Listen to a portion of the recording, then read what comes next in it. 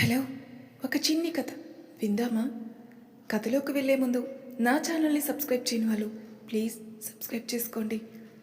ఒప్పందపు పెళ్ళి 9వ భాగం ముగింపు భాగాన్ని వినేద్దాం. ముందు 8 భాగాలు విన్న తర్వాత ఈ భాగాన్ని వినండి. ఇద్దరూ వర్షంలో కలిసి ముందుకు అడుగులు వేస్తున్నారు. మధు, ఈరోజు మనం అనుకున్నట్టే కుదిరింది. చూడు, చుట్టూ చీకటి, పైగా వర్షం, పక్కన నువ్వు అన్నాడు అరచేతిని అందుకుంటూ.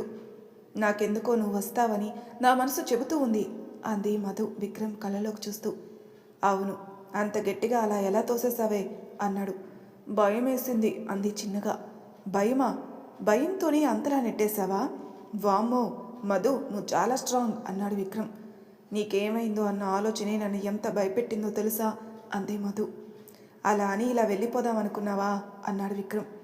కొన్ని ప్రశ్నలకి ఏమై ఉంటుందా అన్న ఆలోచనే బాగుంటుంది, తేలిగ్గా ఉంటుంది. నిజం తెలుసుకుని ఆ భారాన్ని మోయడం కన్నా అంది మధు. నిజాన్ని అంగీకరించిన రోజే కొత్త జీవితం మొదలవుతుంది మధు. పాత జ్ఞాపకాలతో, సమాధానం తెలియని ప్రశ్నలతో సతమతమవడం సరికాదు అన్నాడు విక్రమ్ మధుని అనునయిస్తూ. ఎందుకో నువ్వు ఉండవన్న నిజాన్ని నేను తీసుకోలేకపోతున్నాను. నా మనసు మొండితనంతో నిన్నే కోరుకుంటుంది అంది బుంగమూతితో. మధు, ప్రేమలో తోడుని వెతుక్కోవాలి, జీవితాన్ని కాదు. నేను నీ జీవితంలో కొన్ని పేజీలు మాత్రమే. ఇలా ప్రేమించిన వాళ్ళతోనే మిగిలిన వాళ్ళ జీవితాలు ఆగిపోతే మన సృష్టి ఎప్పుడో ఆగిపోయేది. నేనున్నా లేకున్నా మిగిలిన నీ జీవితాన్ని నువ్వే అందంగా మలుచుకోవాలి. ఆ రోజు కాకుంటే ఇంకొక రోజు ఏదైనా జరగచ్చు అన్నాడు నవ్వుతూ. మధు కోపంగా చూస్తూ, అలా మాట్లాడొద్దని చెప్పానా అంది. సరే సారీ అన్నాడు నవ్వుతూ. వర్షం ఆగింది, కాసేపు కూర్చుందామా అంది మధు. సరే అన్నాడు విక్రమ్ పక్కనే ఉన్న రాయి మీద కూర్చుంటూ. మధు కూడా విక్రమ్ పక్కనే కూర్చుని అతని భుజంపై వాలి, ఈ క్షణం ఇక్కడే ఇలానే ఆగిపోయినా పర్లేదనిపిస్తుంది అంది బాధగా. అరే, అలా అంటావేంటి? ఇక్కడే ఆగిపోతే మిగిలిన మన ఆశలన్నీ, ఊహలన్నీ అలానే మిగిలిపోతాయేమో అన్నాడు విక్రమ్. మధు కొరకొర చూస్తూ యూ అంది. ప్రతి రేయి నీ ఆలోచనలతోనే ఆపేసేవాణ్ణి. ఎంతలా అంటే అది ఎన్నో రేయి అని తెలియనంతగా. మరుపురాని నీ మాటల ప్రవాహంతో కొట్టుమిట్టాడేవాణ్ణి. రాత్రి పగలు అని తేడా తెలియనంతగా. మబ్బులు కమ్మిన నా మనస్సు నీ జాడని వెతికి వానై మారుతుంటే నీ వెచ్చని స్పర్శ నన్ను తేలిగ్గా మార్చేస్తుంది అన్నాడు విక్రమ్ నవ్వుతూ. మధు నవ్వుతూ, నాట్ బ్యాడ్ విక్కీ, అప్పటికన్నా ఇప్పుడు కాస్త ఇంప్రూవ్ అయిందే. అంతా మీ దయే అన్నాడు నవ్వుతూ. ఇద్దరు నవ్వుకుంటూ కబుర్లు చెప్పుకుంటూ మాట్లాడుకోసాగారు. మాటల మధ్య సమయమే తెలియడం లేదు. ఓవైపు మబ్బుల చాటున దాక్కున్న చంద్రుడు బయటకొచ్చాడు.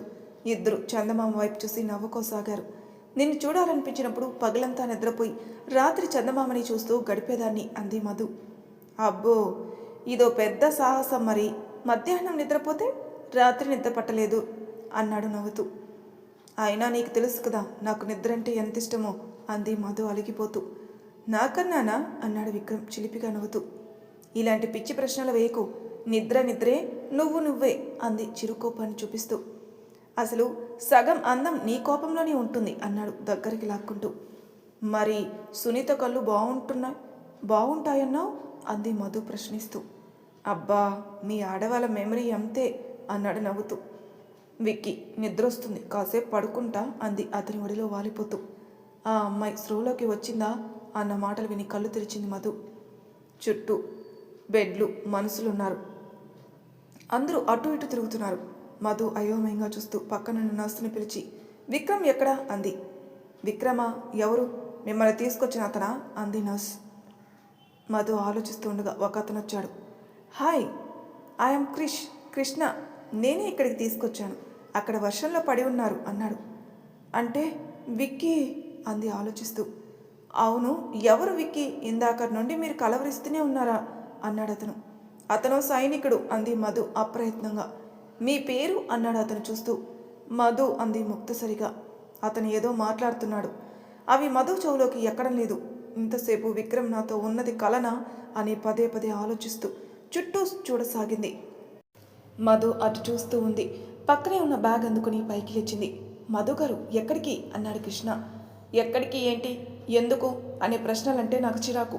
అందులోనూ తెలియని వాళ్ళు అడిగితే ఇంకా చిరాకు అంది కోపంగా చూసి. తెలియని వాళ్ళేంటండి, నేనే కదా ఇక్కడికి తీసుకొచ్చాను అన్నాడు అదోలా చూస్తూ. తీసుకొచ్చినందుకు థ్యాంక్స్. ఇక నా దారికి అడ్డు రావద్దు అంది మధు విసవిస వెళ్ళిపోతూ. కృష్ణ ఆమె వెనకే వెళ్తూ ఉన్నాడు. మధు ఆగి వెనక్కి తిరిగి నీకేం కావాలి అంది కోపంగా. ఎందుకండి అంతలా కోపడుతున్నారు? మీరు కోపడితే బాగున్నారు కానీ నవ్వితే ఇంకా బాగుంటారు అన్నాడు అతను. పిచ్చి పిచ్చిగా ఉందా? నాకు పెళ్ళైంది అంది కోపంగా చూస్తూ. పర్లేదులేండి, ఏదో సరదాగా మాట్లాడాలని మాట్లాడా అన్నాడు అతను. హలో మిస్టర్, నీతో కబుర్లు చెప్పుకుని అంత ఖాళీగా నేను లేను అంది మధు. మధు గారు ఆవేశపడకండి, నేను సినిమా తీయడానికి మంచి లొకేషన్ చూస్తున్నా. దగ్గరలో ఓ తాండా ప్రాంతం ఉందని తెలిసిన వాళ్ళు చెప్తారు, చూద్దామని వచ్చా. అదే టైంలో మీరు ఆ ఊరికి వెళ్ళడానికి బస్ స్టాప్లో ఉన్నారు, అందుకే మాట్లాడదామని వచ్చా అన్నాడు నెమ్మదిగా. వెళ్ళి చూసుకోండి అంది మధు. నేను మీతో వస్తాను అన్నాడు. మధు కోపంగా చూసి వెళ్ళిపోయింది. అతను మధు వెనకనే నడవసాగాడు. ఎందుకు మళ్ళీ నా వెనకే వస్తున్నావు అంది. మీరే కదండి వస్తానంటే మౌనంగా ఉన్నారు. మౌనం అర్ధాంగీకారం కదండి అన్నాడు కృష్ణ. అలా అన్నవాడిని తీసుకొనిరా అంది కోపంగా. సర్లేండి, మీ హస్బెండ్ ఏం చేస్తుంటారు అన్నాడు. మధు ఒక క్షణం ఆగిపోయి ఇవన్నీ నీకు చెప్పాల్సిన అవసరం లేదనుకుంటా అంది. మీరు భలే వారండి, మీరు సాయం చేయమని అడగకుండానే సాయం చేశాను. ఇప్పుడు నాకు మీ ఊర్లో పనుందని హెల్ప్ అడుగుతుంటే హీనంగా మాట్లాడుతున్నారు. మరీ ఇంత కఠినమైన మనసా? అమ్మాయిల మనసు సున్నితం అన్నారు ఎవరో అన్నాడు కృష్ణ. ఎవరన్నారో వాళ్ళని కూడా తీసుకొనిరా అంది మధు కోపంగా. ఏ అందరినీ కలిపి పాతేస్తారా అన్నాడు అతను నవ్వుతూ. మధు ఆగి చూడు, నువ్వు వచ్చిన పని చూసుకుని వెళ్ళు అంది నెమ్మదిగా. సరే, ఈ సినిమాలో అనుకున్న ప్రేమ కథలో కొన్ని మార్పులు చేద్దామనుకున్నాను, మీరేమైనా సలహాలు ఇస్తారా అన్నాడు. ప్రేమ కేవలం కథల్లో మాత్రమే సుఖాంతం ముగుస్తుంది, అలానే ఉండనివ్వు అంది మధు ఆలోచిస్తూ. అలా కాదండి, కొత్తగా ఉండాలి అనుకుంటున్నా. మొదటి సినిమా అందరిలా కాకుండా కొత్తగా ఉంటే బాగుంటుంది కదా అన్నాడు చిన్నగా నవ్వుతూ. నేను కథ చెబుతా, వింటావా అంది. చెప్పండి అన్నాడు కూర్చుంటూ. వేరువేరు దారుల్లో జీవితంలో ఏదో సాధించాలని ప్రయాణిస్తున్న ఇద్దరు పెళ్లి అనే బంధానికి, కుటుంబంలో వాళ్ళకి కట్టుబడి ఒప్పందంతో వైవాహిక జీవితంలోకి అడుగు పెడతారు అంది మధు. అంటే ముందు వాళ్ళ మధ్య ప్రేమ గీమ లాంటివి ఏమీ ఉండవా అన్నాడు కృష్ణ. లేదు, వాళ్ళు కేవలం ఆ పెళ్ళి ఓ ఒప్పందం మాత్రమే. ఎవరి జీవితం వాళ్ళది, ఎవరి మీద ఆశలు ఆంక్షలు పెట్టుకోకుండా ఉండాలని ముందుగానే నిర్ణయించుకున్నారు. ఇంట్రెస్టింగ్. అయినా ఇద్దరి మనసులు ఒకేలా ఉండడం అసంభవం కదా అన్నాడు. ఇంకా కథ పూర్తవ్వలేదు అంది మధు. ఓ పల్లెటూరు, కనీసం ఆ ఊరు ఉందన్న విషయం వేరే వాళ్ళు చెప్తే గాని తెలియదు. అలాంటి ఊరికి ఇద్దరు వెళ్ళారు. ఓ పాత ఇల్లు, పెంకులపై గోడలపై పేరుకున్న పాచి, ఉండడానికి కనీస వసతులున్న ఇల్లు. మనం ఉంటున్నది 20sలోనా అనే సందేహాన్ని కలిగించేలా అక్కడి పరిసరాలు, ఊరిని ఆనుకొని ఉన్న కొండలు, ఎప్పుడు వర్షాన్ని తలపించే అక్కడ జలపాతాలు. అసలు భూలోకంలో స్వర్గం ఇలానే ఉంటుందేమో అనిపించేలా ఉంటుంది.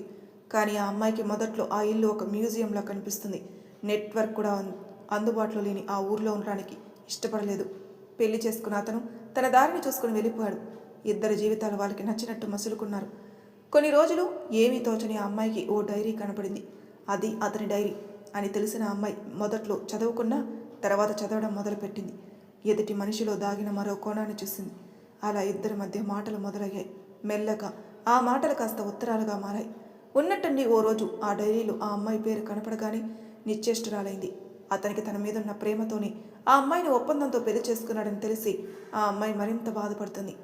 తన మీద ఆశలతో ఉన్నాడని తెలిసి దూరంగా ఉండాలని చూస్తుంది. అప్పుడే మరో ఉత్తరం అందుతుంది. జీవితంలో తనకి మాత్రమే అనే స్వార్థాన్ని దాటుకొని మన చుట్టూ ఉన్న వాళ్ళకి చెయ్యి అందివ్వడానికి ఉన్న అవకాశాలను తెలుసుకుంది. మెల్లగా చుట్టూ ఉన్న అవసరాలకి అందుబాటుగా నిలిచింది. అందరిలో తను కలిసిపోయింది. రోజు రోజుకి ఇద్దరి మధ్య మారిన ఉత్తరాలు కొత్త ఆశల్ని పుట్టించాయి. ప్రేమ చిగురించింది అంది మధు ఆపేస్తూ.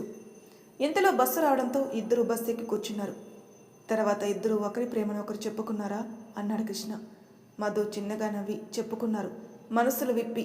అదే ప్రేమే అని ప్రతిక్షణం ఆ అనుభూతిని ఆస్వాదిస్తూ. ఇద్దరి మనసులు ఒకరి రాక కోసం ఒకరు ఎదురు చూసేలా, ఇద్దరి మధ్య ఎడబాటు ఇంకా ఊరిస్తుండగా ఒకరోజు ఫోన్ వచ్చింది అంటూ మధు ఆపేసింది. ఏమైంది అన్నాడు కృష్ణ. మనం దిగాల్సిన స్టాప్ ఇదే అంది మధు.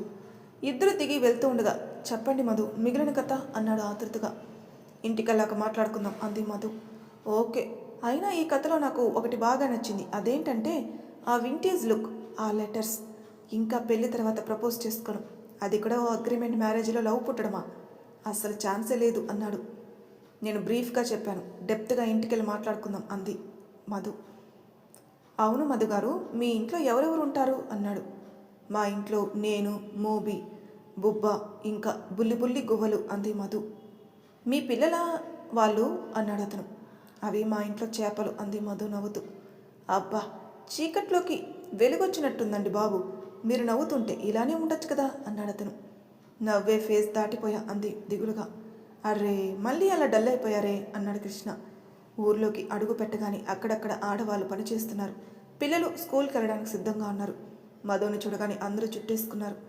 యాడికెళ్ళినావమ్మా, ఎంతసేపైనాది, ఎంత కంగారు పడిపోయినామో తెలుసునా అని ప్రశ్నల వర్షాన్ని కురిపించారు. పిల్లలు చుట్టూ అల్లుకుని మా దక్క వచ్చేసింది అంటూ అరుస్తూ పరిగెడుతున్నారు. అందరినీ అలా చూడగానే మధు కళ్ళు చెమ్మకిల్లాయి. కృష్ణ వాళ్ళ వైపే చూస్తూ చుట్టూ ఉన్నాడు. మధు కథలో చెప్పినట్టే ఉంది ఆ ఊరు. కాస్త ముందుకెళ్ళగానే పాతబడ్డ ఓ పెంకిటిల్లు, గుబురుగా అల్లుకున్న మల్లెపొద, ఇంటికి వెనక వైపు దట్టంగా కమ్ముకున్న పొగమంచు, కొండలు. కృష్ణ అయోమయంగా చూస్తూ మధు వెనకే నడిచాడు. మధు ఇంటి తలుపులు తెరిచి ఉండడంతో పక్కకి చూసింది. పక్కనే పార్క్ చేసిన బుల్లెట్ని చూసి లోపలికెళ్ళింది. అక్కడక్కడ చెల్లా చెదరైన పేపర్లు చూసి ఒక్కొక్క దాన్ని తీసుకుని చూస్తూ ఉంది. ఎవరో ఇంటికొచ్చినట్టుంది అనుకుంది మనసులో. పెరటి వైపుకు వెళ్ళగానే అటు తిరిగి నిలబడి ఉన్న విక్రమ్ చూసింది. మధు కళ్ళల్లో కన్నీళ్లు జలజలా రాలిపోయాయి. ఇది కల కాదు, నిజమని పదే పదే గుర్తు చేసుకోసాగింది. వాళ్ళ వైపు కృష్ణ అలా చూస్తూ నిలబడిపోయాడు. మధు చెప్పింది ఏదో కథ కాదు, వాళ్ళ ప్రేమ కథనా అని ఆలోచింపసాగాడు.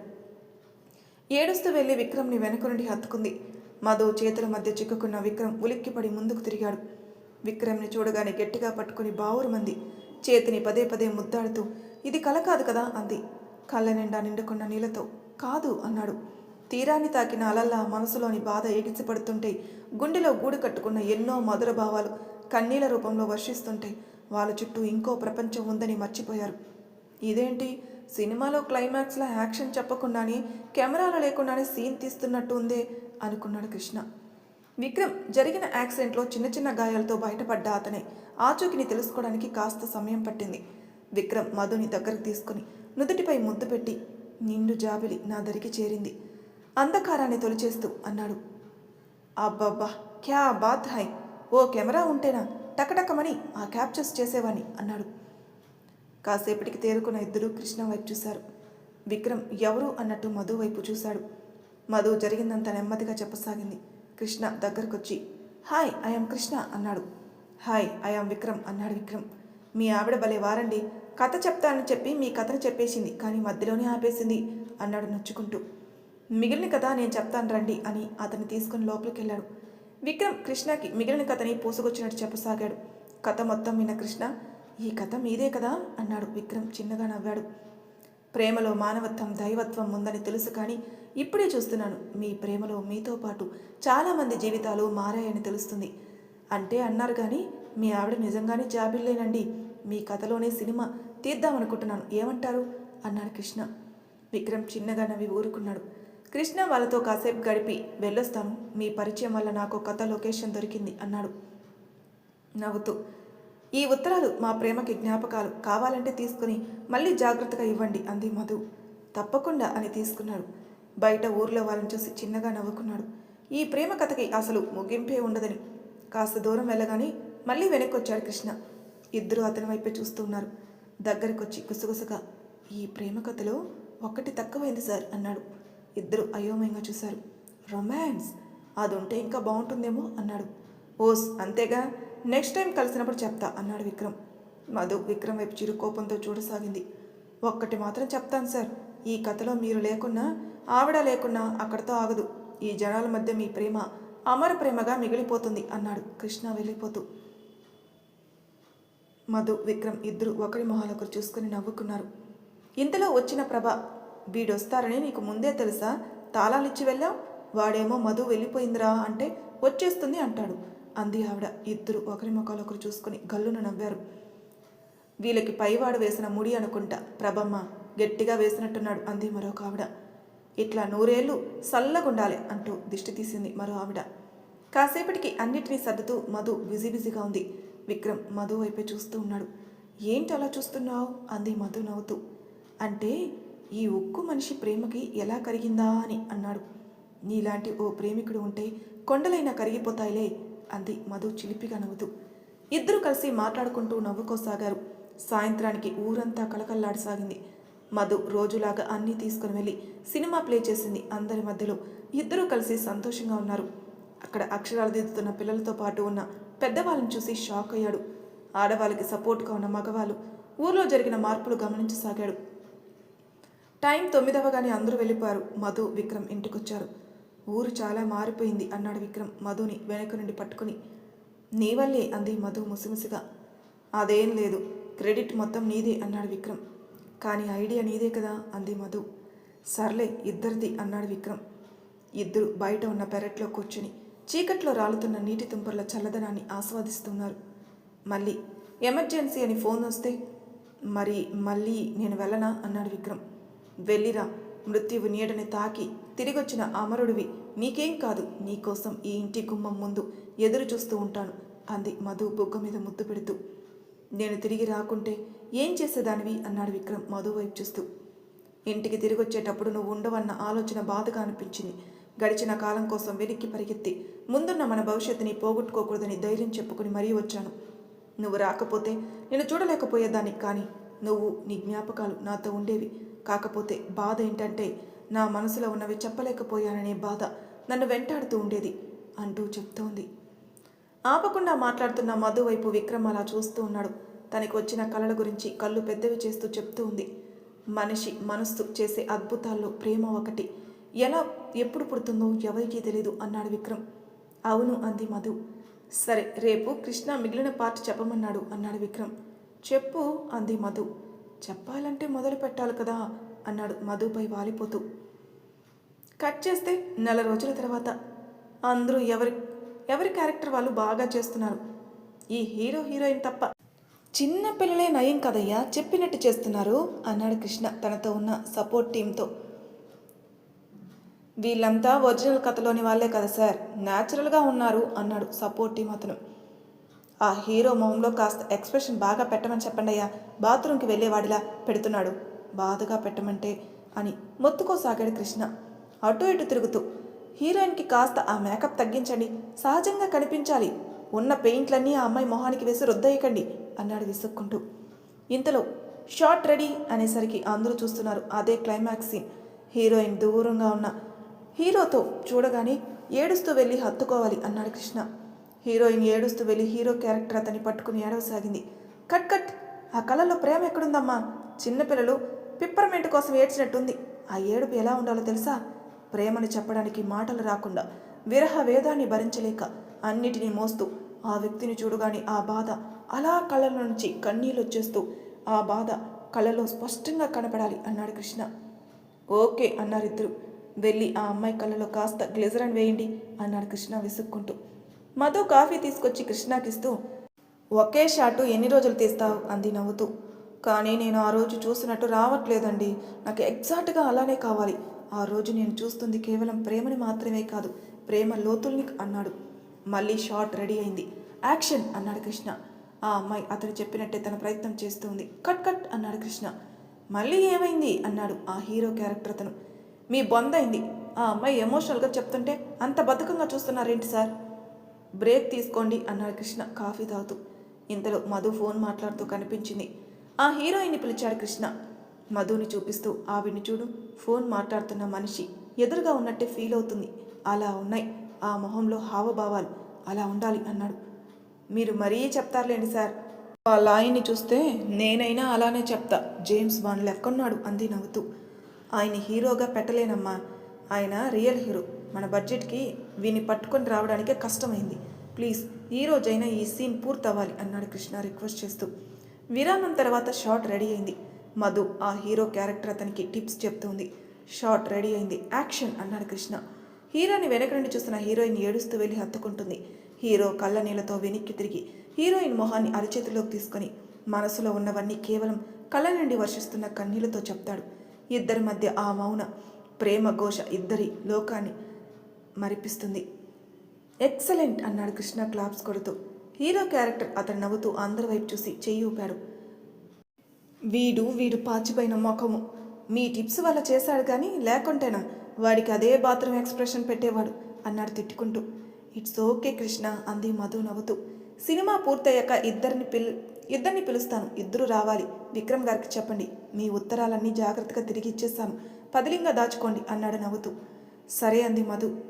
మధు గారు, ఈ కథలో మొహాలు మారాయంతే, ఈ కథ ఒరిజినాలిటీ మాత్రం మీదే. చిరునామా లేని ఈ ఊరికి నా సినిమాతో ప్రపంచానికి తెలిసేలా చేస్తా అన్నాడు కృష్ణ నవ్వుతూ. ఆల్ ది బెస్ట్ అంది మధు నవ్వుతూ. సినిమా హడావిడి పూర్తవగానే ఊర్లో మళ్ళీ ప్రశాంతత దర్శనమిచ్చింది. ఇంట్లో ఫోన్ మోగడంతో మధు లిఫ్ట్ చేసింది. ఈరోజు వస్తున్నాను అన్నాడు విక్రమ్. మధు కళ్ళల్లో ఆనందం తొంగి చూసింది. మల్లె పొదల్లో పువ్వులు విచ్చుకున్నాయి. పక్షుల కిచకిచమని అరవడం మొదలుపెట్టాయి. ఇల్లంతా శుభ్రం చేసింది. అందంగా తయారీ అద్దంలో చూసుకుంటూ మురిసిపోసాగింది. ఆ ఉత్తరాల్ని గుండెలకి హత్తుకుని మురిసిపోతూ ముసిముసిగా నవ్వుకోసాగింది మధు. దూరంగా ఓ బుల్లెట్ బండి శబ్దం వినగానే గుమ్మం ముందు వాలిపోయి ఆ చూపుల కోసం ఎదురు చూస్తూ ఉంది మన మధు. మరి మన మధు లాంటి వాళ్ళే చాలామంది ఇలా తన భర్తల కోసం, బార్డర్లో పనిచేస్తున్న జవాన్ల కోసం ఎదురు చూస్తూ వాళ్ళ ప్రేమల్ని, వాళ్ళ కళల్ని అన్నిటినీ దాచుకుంటూ వాళ్ళు వచ్చిన తర్వాత చూపించే ప్రేమ ఎంతో అద్భుతం కదా. మరి ఈ కథ వాళ్ళకే అంకితం. మళ్ళీ మరొక కొత్త కథతో మీ ముందుంటాను. అంతవరకు నా ఛానల్ సబ్స్క్రైబ్ చేయని వాళ్ళు ప్లీజ్ సబ్స్క్రైబ్ చేసుకోండి. Thank you for listening.